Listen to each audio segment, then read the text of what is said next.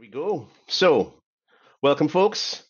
You know how this goes. You know where to hit the emojis to let us know that you're hearing us. You know how to post questions. We don't have to go through that the housekeeping pieces because you guys are experts at this. You guys know how we do it in these webinars, right?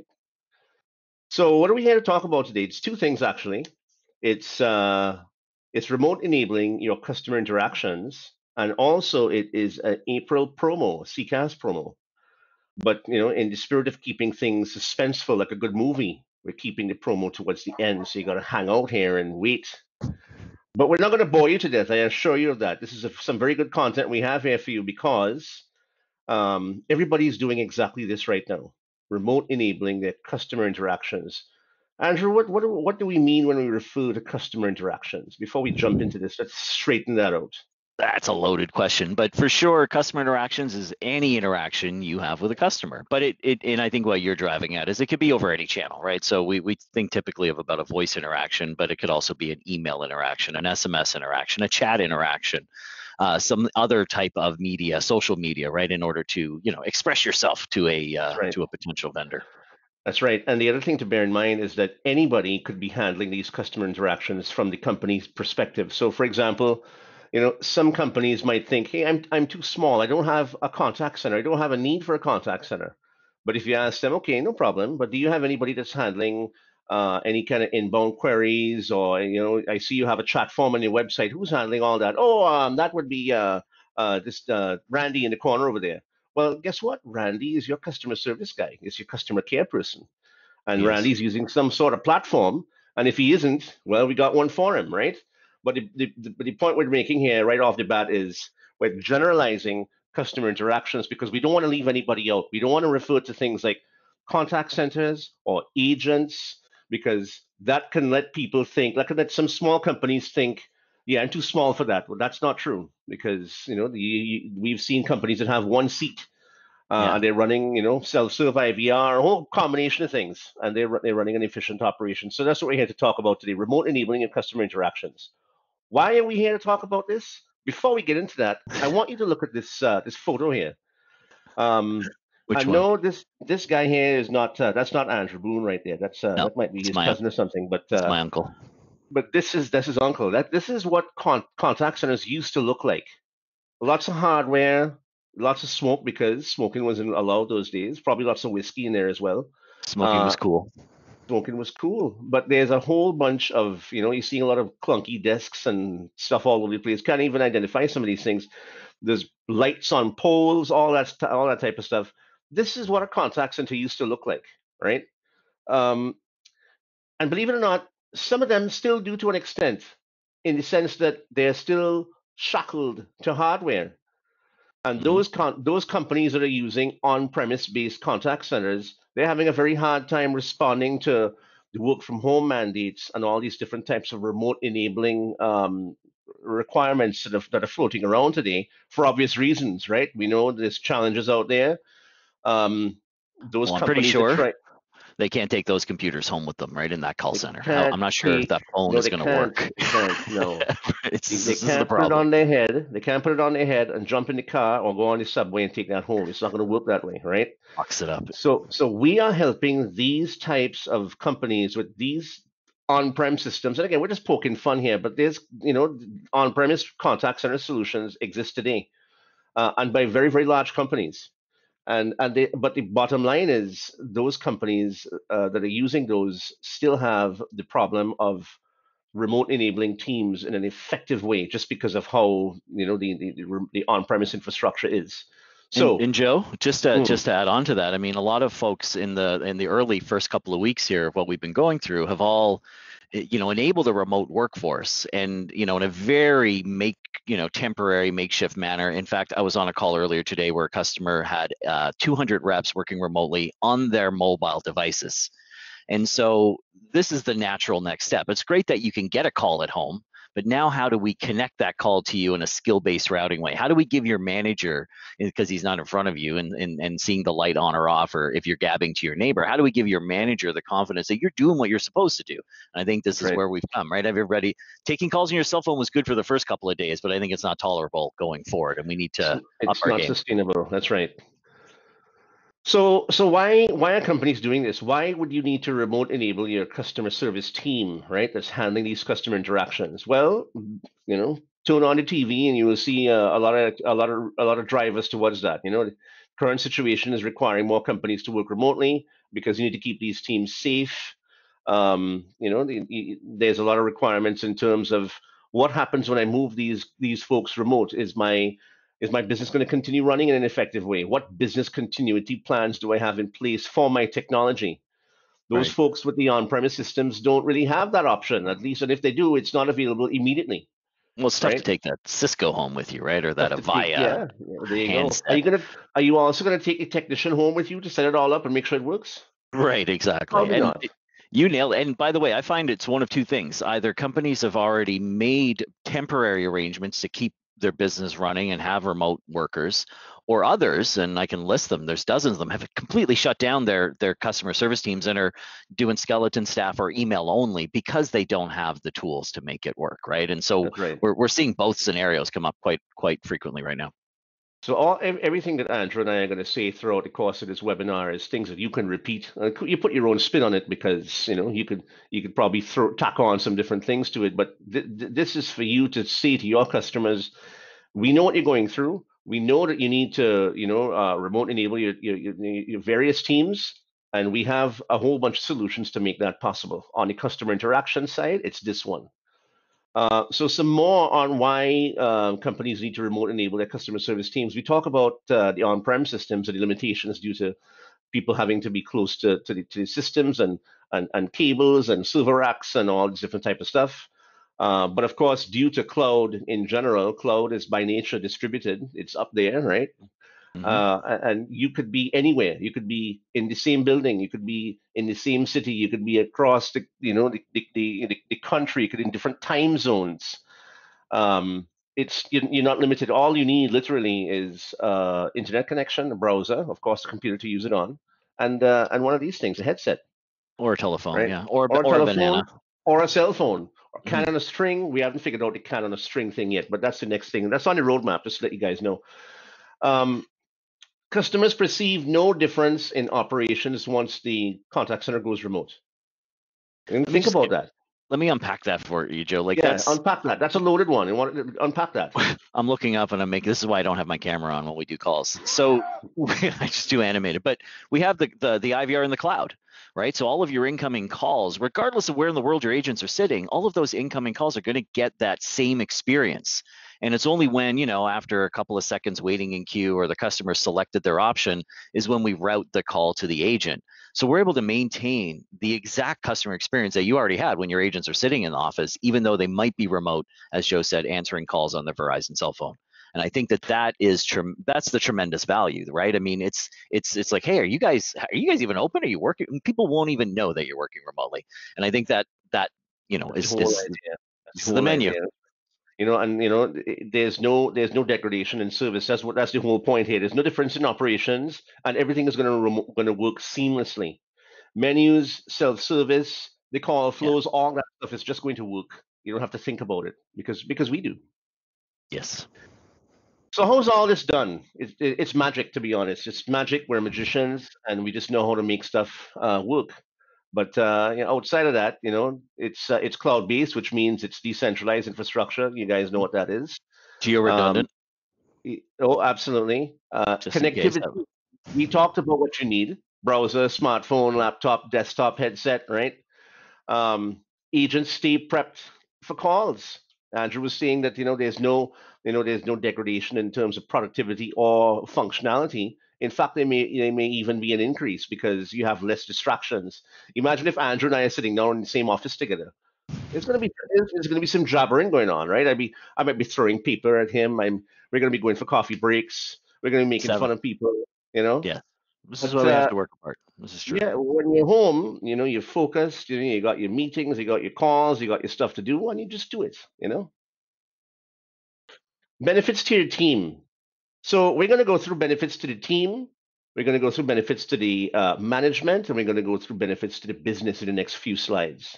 This one we're starting off with. I want you to imagine for a second the same thing I just said. A bunch of us working in the same room together. We're accustomed to that. We've done that for years. Now we were told by our boss that we have to work from home. So I'm like, well, wow, I'm accustomed being able to tap Andrew in the back and say, hey, Andrew, if somebody's asking me a question here, I don't know how to answer it. Can you help me out here? I can't do any of Right. that anymore. Andrew's not in the same room with me. How do I do this?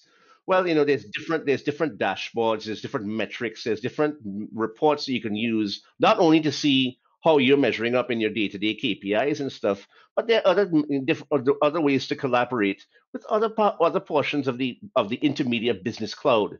The Mm. same way we could meet with you today via webinar, and we could type messages to each other and stuff. I could use Unite and different tools. There's a lot of different tools in the intermediate business cloud that can allow teams that were accustomed working in the same room to work just as collaboratively in a remote environment. As it relates to contact center, Andrew, what are we looking at here with this metrics dashboard? Well, I mean, this dashboard aside, the use case is as an agent, and if I take a call, and I'm used to transferring a call to tech support, and I can see that Bob behind me is available. Hey, Bob, I'm sending you a call. Now I don't have that ability. There's no one behind me, by the way. I was looking at the wall. But the idea is now I can see with I was just, yeah, the dog, I had to kick the dog out. But the software tells us who's available, who's logged in. And so now, even though I'm working by myself in my basement, I can transfer a call directly to a queue and tell the customer how many people are in the queue and how many agents are available with the skill set. Or I can tell the customer I'm transferring, do a soft hand of, hey, Bob, I've got Sally on the phone. She needs to talk to you about this issue. Do you mind taking the call? Three-way conference. And to the customer, they don't lose, obviously the customer has no idea that you guys are sitting in two different rooms, but it's building that, connectivity and giving the agent, I always call it empowering the agent, right? You can give the agent the visibility you're looking at on the screen. They know how many people are logged in, how many people aren't logged in, how many calls are in queue, what the wait times are. Agents will adjust their behavior because they can see what's happening. Nobody's taking a smoke break, if we still do those, if there's 97 calls in the sales queue, right? We're just gonna power through it. Maybe smoke break was the wrong example, but you get the idea. Totally get it. I know what you guys are thinking. You guys are thinking, that sounds great, sounds pretty rosy, right? But how long would it take? Let's say I'm new to this. How long is it going to take me to learn this new fandangled stuff? The answer is, Well, to take us to train agents. 30 minutes, 30 right, Andrew? minutes. 30 minutes. In, And it's a webinar. We've been doing that for 15 years that way. It's so simple. in 30 minutes, an agent or a customer service person, whoever is handling those customer interactions in your company, can Yes. be functional on this in half an hour. We're not kidding here. We're not joking around. You know, I it, say that with utmost confidence. Like we do non-traditional deployments, as you know, Joe, in hospitals and medical facilities where the agents or the nurses in this particular case aren't agents, and this is not necessarily their skill set, but within 20-30 minutes of our training, they're experts, and that really speaks to the quality and ease of use of the software. very interesting concept there. On one minute they're typing away on this, talking to someone. Next minute they're saving somebody's life in the corner. That's Yeah, the hell of it terrifies me just to have those people answering calls. I'm with you. Now this is another dashboard. So what's the theme here? The Big Brother a side of the software? thing here is, so we talked about the team members like me and you are working. We are accustomed to working in a room together. Now we've been dispersed remotely, and now we figured out how to work in a collaborative remote environment. Now our boss, who's accustomed also being in the same room, comes and, hey, see what's Andrew doing today? Looking over Joe's shoulder. Joe's playing games over here as usual. He's wasting time. Walks He's not even behind you to see what you're doing on your computer, right? He sneaks up behind. Hey, what are you doing on Facebook there, right? Are you ordering something from Amazon? right ordering my transformers. So now we got to think about that boss. That boss is thinking the same thing. Hey, I have never managed a remote team before.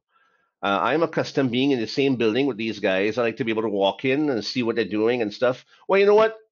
First thing is, he has to learn some new management styles and skills. That's the first thing he's going to have to do, right? Yes. Second thing he's going to have to do is he's going to have to use the tools that are available to him. Unfortunately for him, there's a lot of tools available to help him manage a remote team. Yeah, there's So, tons. Andrew, what do we have on this executive dashboard here? Well, I mean, the executive, just another version of the dashboard giving you sort of a holistic view of the call center, a snapshot, but it goes deeper than that, right? I mean, with persistent call recording, every single interaction is recorded between the agent and the customer. You can always go back and listen to any call. You can even use triggers to flag calls that should be listened to, maybe by, certain criteria. And then, and this is one of my favorites. I don't know if this is on a later slide, but I'm gonna sneak it out here, Joe. We even have screen recording, right? So an agent's working remotely, maybe you get a negative piece of feedback, or maybe you're just randomly looking and watching calls. You can watch what the agent was doing on that call and use that video with the audio file to help improve that agent, or even help improve other agents. So even though you're not working in the same room anymore, you can still evaluate, performance manage, and improve the behavior of your agents because you have that visibility. I saw Right. a little bit of a wowza there going across the screen. I know screen recording is terrifying. You guys, we're doing magic over here. You guys don't believe it. Magic, okay? I believe in magic. So yeah, invaluable training tool, and the way that we could pull it off with the screen recording is insane. So we talked about the benefits to the team. We talked about the benefits to management. Now we're going to talk about the benefits to the business itself, right?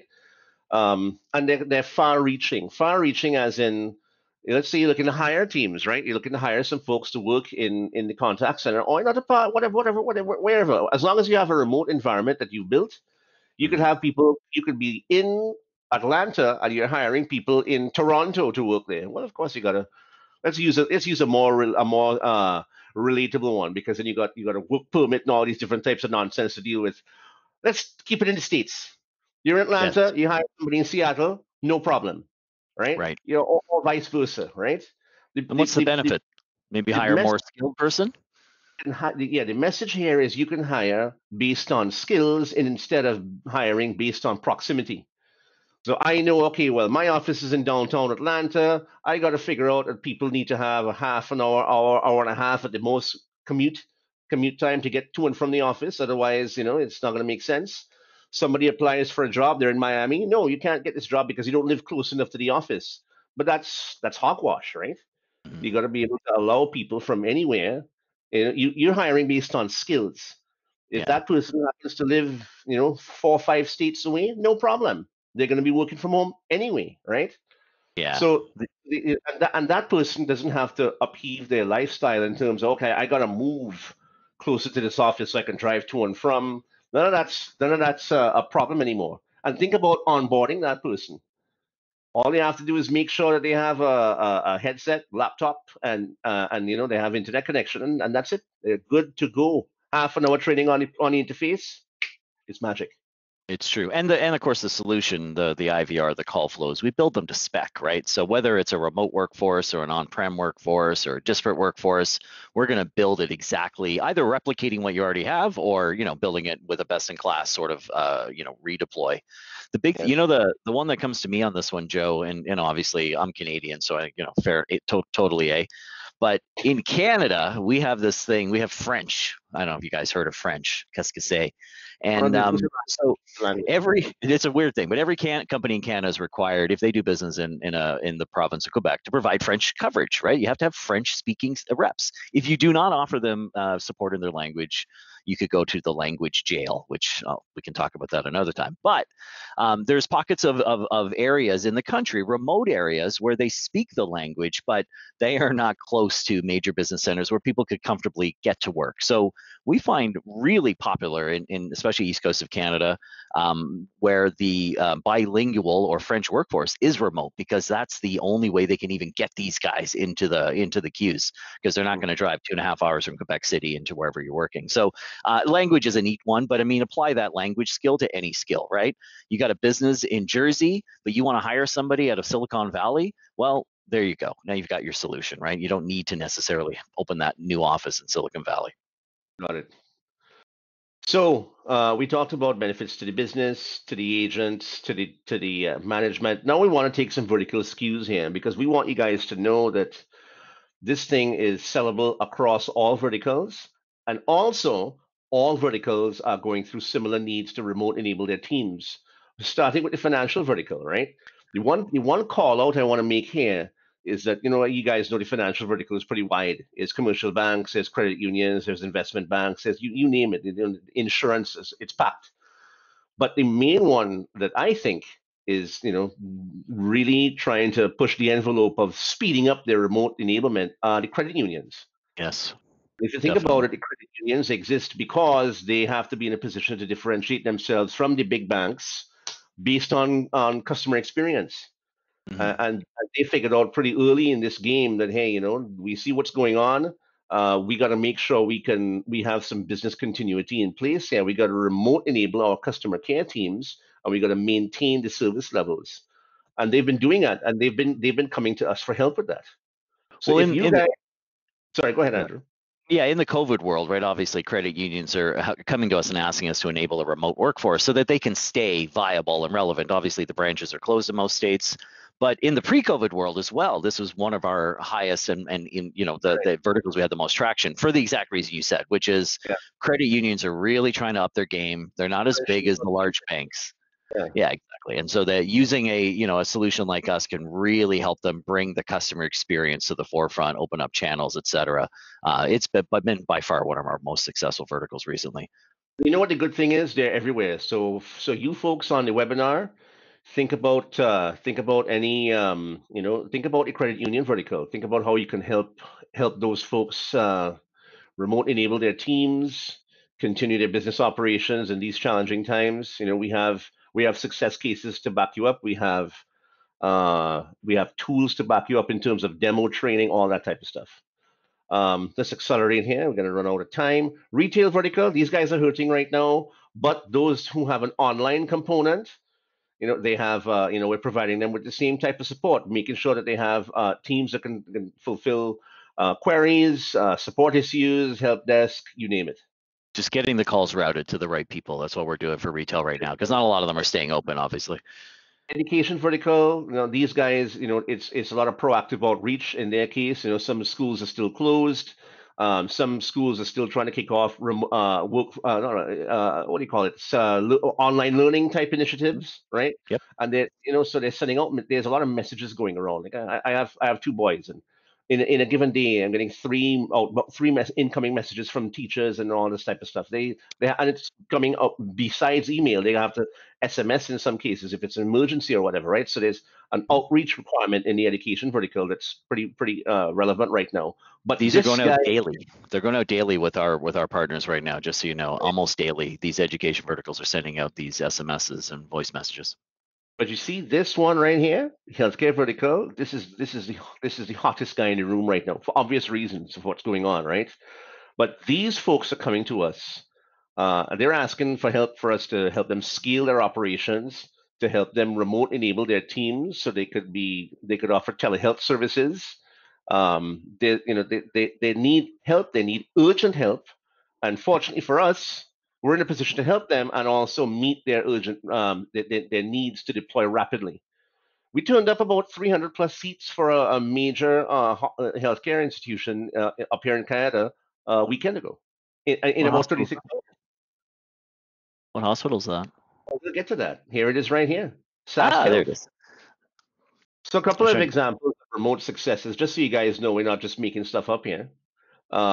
We've had, just to cap this off, just to summarize, we've sold over 400 CCAS seats between these three healthcare institutions in the last month. New York Presbyterian, LA County Health, Saskatchewan Health Canada, all because they need to rapidly enable remote teams, enable telehealth services, and so forth. Same story on the credit union side. Between these three credit unions, we've sold over 125 CCAS seats. Well, there's another one in there, Journey Federal, but couldn't find their logo. Yeah. Same thing. We need to remote enable their care teams and maintain high service levels. There we go again. Now, this one here is what we call a multiple service-based industry vertical. Everybody's in here: auto dealers, service providers, retail, SMB mainly. But you're probably thinking, "Oh, these companies are too small to need contact center." That's where you're wrong. We've sold over 500 CCAS seats across 50 companies in the past 3 weeks. Yeah. You want to get in on this action because the good thing about the SMB space is it's high volume, it's huge. They may only have maybe 2, 3, 4, 5 seat requirements, but those add up. These added up Yeah. to 500 seats. You know, True. And not a lot of so our competitors are playing in that small space, which gives you a bit of an exactly. advantage. This is what you guys have been waiting for, right? So in light of all of this urgent and all these people hitting us up, we got the credit unions asking for help, we got the hospitals asking for help, we got all these pizza shops, pet stores, everybody you name it, asking us for help. So there's a lot of inbound interest because of COVID and all this type of stuff. So we are going to make it easy for you guys to quickly close some deals. We're seeing sales cycles go from like this to this. I mean, of course, you can't quantify that. I'm just being ridiculous, but we're seeing sales cycles literally shortened because of what's going on right now. So to help shorten them even further, I know you can't read any of this, but we just threw it up for effect. We're going to make sure everybody has this actually. We're going to email this out. You will receive this probably tomorrow. I think that mail out is scheduled to go out. You're going to get this piece of collateral, but here's what's on that. Free rapid deployment in as little as 2 days and free 2 months of software licensing. Now, this is trying to encourage deals to close in April. Depending on Mhm. how things go, we may roll this over again in May. But this, once we close a deal in the month of April, their first billing cycle starts in the 1st of July, right? So that's free 2 months of service and free rapid deployment. Go live in as little as 2 days. And this is partially so we don't seem too opportunistic here, right? I mean, we've been helping a lot of people, and we're trying to help people in a in a jam. We're helping our partners to help people now. That's what we're Yes, doing, right? just giving you guys the juice. Now, what's a simple deployment, Joe? Simple IVRs, no integrations, real non-complex stuff out of the gate, and then we'll layer in the rest of the stuff as they grow. But rapid deployment means simplicity. That's right. So we're also going to provide you with some value props around that. Here's some value props associated with that. How do I sell this? What do I say? Here's what you tell a customer. You're going to go live in as little as 2 days. Bottom line, you just drop that on the table. Listen, bam, you're going live in less than 2 days. Who's going to do that for you? That's how you start off the conversation. Well, be a little nicer than that. You're going to enable them to work from home. There's a lot of work from home mandates flying around. We're going to help companies do that. Instantly burst. Boone, you like to talk about our burst capacity. Why don't I give you the mic? You talk about that for a Well, I second. mean, nobody else provides bursting for CCAS. Bursting exists in UCAS, it exists in SIP trunking somewhere it exists, but no one else does bursting on CCAS. So the ability to have 10 seats and then quickly add 5 more licenses for the month and then revert back to 10 for the next month. And to answer the question that was in the poll, no commitment or contract is required or signed on our side for these CCAS seats. So it's month to month only. Now, Right. what does that mean? If somebody takes it for 2 months and gets their 2 months free and they cancel on the third month, I guess we'll deal with that as they come up. That is not the expected behavior, obviously, we're looking for, but something to be wary of in terms of that question that was posed there. But the bursting is huge because in this post-COVID world, there are like I mean we've seen customers grow to 5,000% of their seat capacity in a short 2 weeks. Others have gone the other way, and so that ability not to have to call Cisco and pre-order 19 licenses for the year and just log the agents in on demand is a tremendously advantageous move for you guys, for your customers, because nobody else in the market offers bursting on CCAS. Right. A couple of the big value props, so we can allow these companies to quickly add new inbound channels. This is where we get into the multi-channel side of things. They may not have any of these from before. We're going to offer them to you now if they choose, the right package. Deploy outbound voice, email, SMS notifications. This is our whole outreach Outreach. side of things, dynamic notifications. And of course, we showed you some little screenshots of dashboards and stuff. You know that there's no end in terms of real-time monitoring, analytics, and reports that you can talk about in relation to this. Availability and support. The main thing I want to draw your attention to on this is that this whole deployment we're talking about here is remote. It's done remotely. You don't have to. A company doesn't have to receive us. They don't have to receive anything. We don't have. Andrew and I are not going to show up on the doorstep with equipment on our back and on top of our heads, right? No, just in Um, any meeting. Just in any meeting invite. yeah, with any meeting invite. This is how the deployment looks. Day one, we gather the requirements. We build out the solution in the afternoon. Day two is all about user acceptance training and stuff. And in the afternoon, you are live, right? I got to say, guys, there's other companies talking about these quick and rapid deployments. They're failing miserably. All I can say is we put our money where our mouth is. We've turned up almost 1,000 seats in the last week, and we've done it in a way that is exactly to save some of our customers' behinds. And so this is not lip service. This is real, and I just want you guys to take it to the bank, if you will. Even though I may not sound like a very believable guy just because of my weird accent, this is all true, right? This is all true. Okay. So, Weird accent. do we have any that's it. Do we have any questions to be Let's going over? see. If there's See if we any have. in the Very poll. much, So I love the accent too. when can we start? Now. So we can, like as Joe said on that last slide, when can we start? This promo is now. You'll probably get the official email tomorrow, but it's here. It's now. You can start talking about it. 2 months free. This is good to go, right? And if you're unsure, talk to your intermedia rep immediately, and they'll coordinate a quick call so we can all align and maybe even get a quick demo in front of your customer. But don't wait for that email tomorrow. Get it out there now.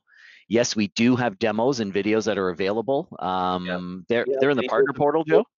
Yeah, they're in the partner portal. There's a bunch of videos in there, and plus, we mentioned demo. This guy right here in the weird-looking tracksuit, he might look a little funny, but this guy has a 70. He first of all, he runs our demo desk. Andrew has done, what is it, about well over 1,000 demos last year, right? He has like a 70+% conversion rate from demo to closure, right? No, bear in mind, no contact center deal closes without a demo. Most of the demos end up going through him because he's the best one that we have. So, and we take care of that for you. This is a very complex solution, so we're not depending on you to learn this overnight. There's no way you can unless you're a prodigy or something, right? But Andrew's been in this for a long time. He used to be a call center manager himself, and he knows this software in and out. So when you get to a point where you have to demo to a customer, that guy right over there is who takes care of it. Me. Not this guy. And to the other question that was posed in terms of the waffling customers is exactly why we did it. There's people that aren't sure. Should I stay in business and let my agents work remotely, or should I shut down and take advantage of this and pocket what? I mean, I don't know what goes through people's minds, but we've used this to absolutely land some wafflers, and there's a few of them out there. I don't know how long this is going to last. A lot of our customers have been making 12-month commitments to us for some of these emergency deals, but that isn't a requirement. And to the question about the setting up a demo meeting, directly through your intermedia rep, they will coordinate it with you. Get a hold of your intermedia rep. If you don't know who that is, then just I don't know, we have to figure that out. But I'm writing your name down, Ron, so make sure that I'll find out who you're. I want to make sure you get your demo, right, Ron? Don't worry about it, Ron. Well, that's an interesting question. You could use our CCAS solution to add additional capacity to your own deployment and help provide services for your customers. And we can help you identify them by the dialed number, so they could do some call forwards into you. You could identify, and you'd be able to run reports on talk time and usage, and actually rebuild those customers back. So there was a question in the chat about using this software at their to support their own customers and help their customers support their customers. And that's sort of like a BPO, if you will, a contract contact center. So you absolutely can use our software for that. Happy to talk to you about it. I'm not sure what that last question is. Mary Breach has a question, but it looks like it's in a different language. So it's wingdings. Yes. All right. If there's no other questions, that's it, folks. We appreciate the flurry of questions towards the end. We always like the engagement, and thumbs up are always appreciated. Thank you very much, everybody. You'll be seeing us again in a week or so. We like to have these webinars every week. We try to keep the content fresh and lively and relatable and exciting, and it's magic. I like saying that. That's my new tagline. It's magic. It's just Thanks very much, folks. That's not going to fly. Andrew. Great stuff as always. Thanks, everyone. Guys. Later.